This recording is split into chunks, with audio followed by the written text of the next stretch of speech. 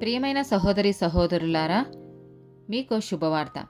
2025 సంవత్సరంలో మొత్తం 365 అంశాలను మీతో పంచుకోబోతున్నాము. జనవరి 1వ తేదీ నుండి ప్రతిరోజు ఒక అంశము మరియు దానికి సంబంధించిన వాక్యమును పంచుకుంటాము. దయచేసి ఆ వాక్యములను వినండి, ధ్యానించండి మరియు ఆశీర్వదించబడండి.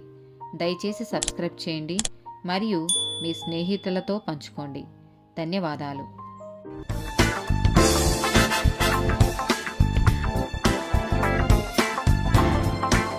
155th డే టాపిక్, దేవుడు శక్తివంతమైన వాడు. కీర్తనల గ్రంథము 103వ అధ్యాయము 19వ వచనము. యెహోవా ఆకాశమందు తన సింహాసనమును స్థిరపరచియున్నాడు, ఆయన అన్నిటి మీద రాజ్య పరిపాలన చేయుచున్నాడు. ఇర్మియా గ్రంథము 18వ అధ్యాయము 5, 6 వచనాలు. అంతట యెహోవా వాక్కు నాకు ప్రత్యక్షమై ఈలాగు సెలవిచ్చెను, ఇశ్రాయేలు వారలారా, ఈ కుమ్మరి మంటికి చేసినట్లు నేను మీకు చేయలేనా? ఇదే యెహోవా వాక్కు. జిగటమన్ను కుమ్మరి చేతిలో ఉన్నట్టుగా ఇశ్రాయేలు వారలారా, మీరు నా చేతిలో ఉన్నారు. యెషయా గ్రంథము 45వ అధ్యాయము 12వ వచనము. భూమిని కలగచేసిన వాడను నేనే, దాని మీదనున్న నరులను నేనే సృజించితిని.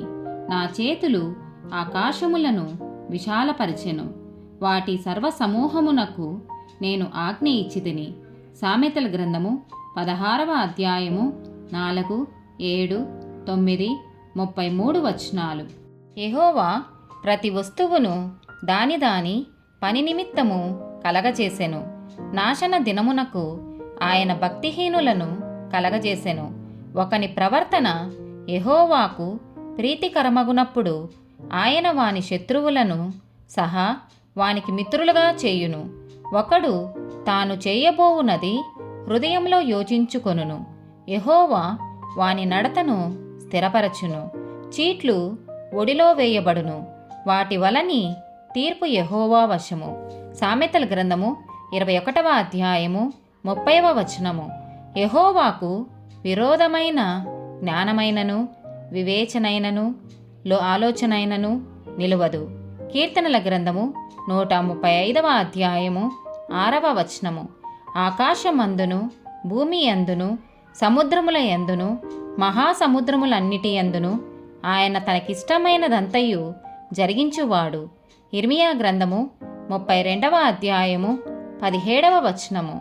యెహోవా ప్రభువా, సైన్యములకు అధిపతియగు యెహోవా అను పేరు వహించువాడా, శూరుడా, మహాదేవా, నీ అధిక బలము చేతను చాచిన బాహువు చేతను భూమి ఆకాశములను సృజించితివి.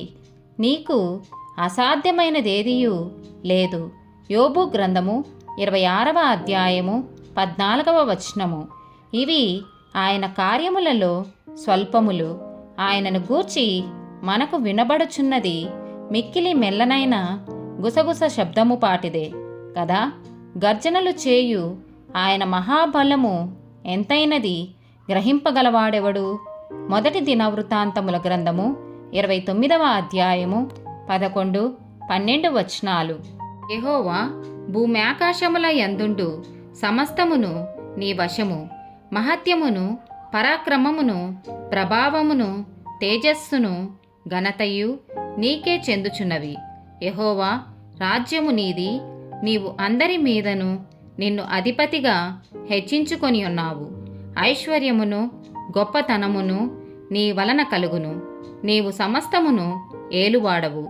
బలమును పరాక్రమమును నీ దానములు హెచ్చించు వాడవును, అందరికీ బలమిచ్చు వాడవును నీవే. మత్తయి సువార్త 28వ అధ్యాయము 18వ వచనము. అయితే యేసు వారి యొద్దకు వచ్చి, పరలోకమందును భూమి మీదను నాకు సర్వాధికారము ఇయ్యబడి ఉన్నది. హెబ్రీలకు రాసిన పత్రిక 1వ అధ్యాయము 3వ వచనము.